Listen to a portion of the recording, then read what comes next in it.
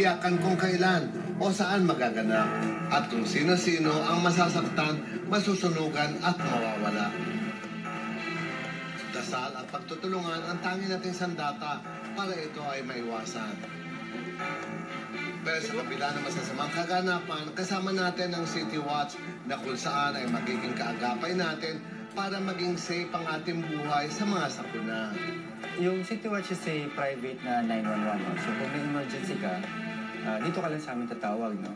At least isa na lang yung tatawagan mo pag kailangan mo ng police, ambulance, or fire truck. No?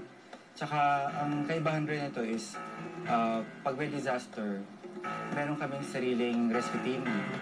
So pagka member ka, private rescue team yung pupunta sa'yo. Sabi nila ay kaya nilang i-monitor kung saang lugar nangyayari ang mga disgrasya. Noon, focus kami sa pag-monitor ng mga delivery trucks. So may kinakabit kaming device na namomonitor namin yung truck na yun. So kung may mawala or ma-hijack, na naituturo namin yun. And then in 2011, yung mga partners ko, nag-decide kami na i-expand yung service. Na kung noon na minamonitor namin yung mga truck, ngayon pati tao na, no? We can respond to emergencies sa mga tao. At ang grupong ito at ang kanilang mga kagamitan, subok na raw sa pagsakip ng buhay. Sa 2 years na ginagawa namin to, 70% ng emergency calls namin, police-related pa rin. Ito yung mga example na bangga or nakakabangga or let's say may gulo sa kalye nila. So tatawag sila sa amin tapos kami yung magsasabi sa police na may posibleng gulo doon. No? And then yung 30% naman, yan naman yung medical. Yung kabilis kasi, ang tawag namin yun is 0-minute response, diba? Kasi pagkatawag mo sa amin, nurses na kasi yung sumasagot sa iyo eh. So kung medical emergency yan, bago pa dumating yung ambulansya sa'yo, na natutulungan ka na nila. For example, tumawag ka tapos nahihirapan ka huminga. And then meron kang signs of a more serious illness. So magpapadala yung dispatcher namin ng ambulance sa'yo.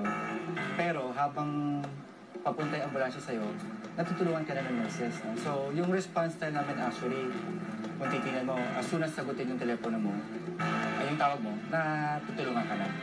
Siyempre pag medical case yan, buhay ng tao yan eh. So hindi kami talaga magsasakripisyo sa quality. No? So maski mahal, kailangan bilhin eh. No? Mahirap kasi yung bibili ka ng gamit na hindi naman siya appropriate, no? Or hindi siya pang professional use. Tapos may mangyari sa victim or patient, makakasama ka pa. No? So kami, yan ang kagandahan rin since business operation kami, kumikita kami, nakakabili kami ng mga quality na medical equipment tsaka rescue equipment. Tsaka protection na rin yan ng rescuers ko eh. Kung kasi yung mga tali nila, kung mumurahin yan, baka sila mismo yung mahulog, di ba? Iba't ibang lugar na nga raw ang kanila nabigyan ng maayos na serbisyo para masagip ang buhay ng ating mga kapuso. Nationwide yung coverage namin, no? Kasi nga, pwede naman namin itawag ko sa police kahit saan sa Pilipinas.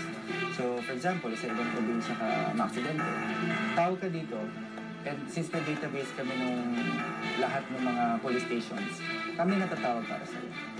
So, maski hindi ka familiar sa lugar na kung saan ka na-aksidente, pero kung alam mo yung City Watch number, matutulungan ka pa rin ng police. No? Sa ambulansya naman, nagpa-partner kami with different ambulance providers nationwide. So kung sino yung pinakamalapit sa'yo, yun yung papupunta namin. Iba talaga ang kahalagahan ng buhay sa bawat isa sa atin. Kaya nga dapat natin itong alagaan at ingatan. At sa tulong ng City Watch, isang tawag mo lang, lagi silang nandyan. Dito sa City Watch, sa maliit na halaga, secured ka.